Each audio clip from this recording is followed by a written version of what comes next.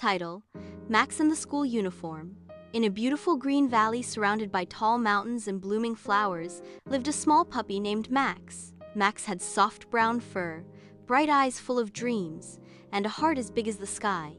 He lived with his family in a tiny wooden house near the river. Though they were poor, they were full of love and always helped one another. Max had just started going to the valley school, where all the puppy dogs learned reading, writing, and how to chase their tails in the most perfect circles. But there was one problem: Max didn't have a proper school uniform. His was old, faded, and patched in many places. His mother had done her best to sew it together, but it still looked different from the others. Every day at school, Max walked with his ears down and tail low. Some of the other puppies giggled and whispered when they saw him. "Look at Max's raggedy uniform," barked Bruno, the biggest pup in class.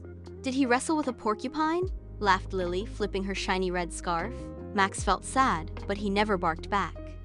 Instead, he sat quietly and listened carefully to the lessons. He studied hard, read extra books from the library tree, and even helped the teacher clean the classroom when no one was watching. One evening, Max sat with his parents by the fire. "One day," he whispered, "I'm going to buy a new uniform with my own effort." From that day on, Max began doing small jobs around the valley after school. He helped Farmer Moo herd sheep, carried mail for the wise old owl, and even painted fences for the hedgehog family.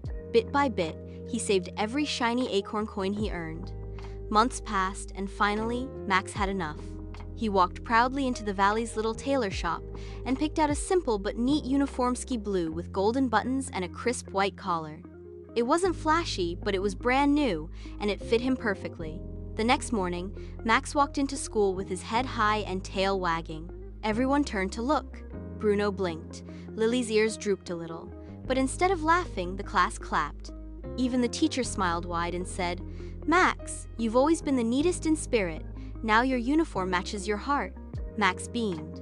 He had proved that hard work and kindness shine brighter than fancy clothes. And from that day on, he walked with his tail high not just because of his uniform, but because he believed in himself.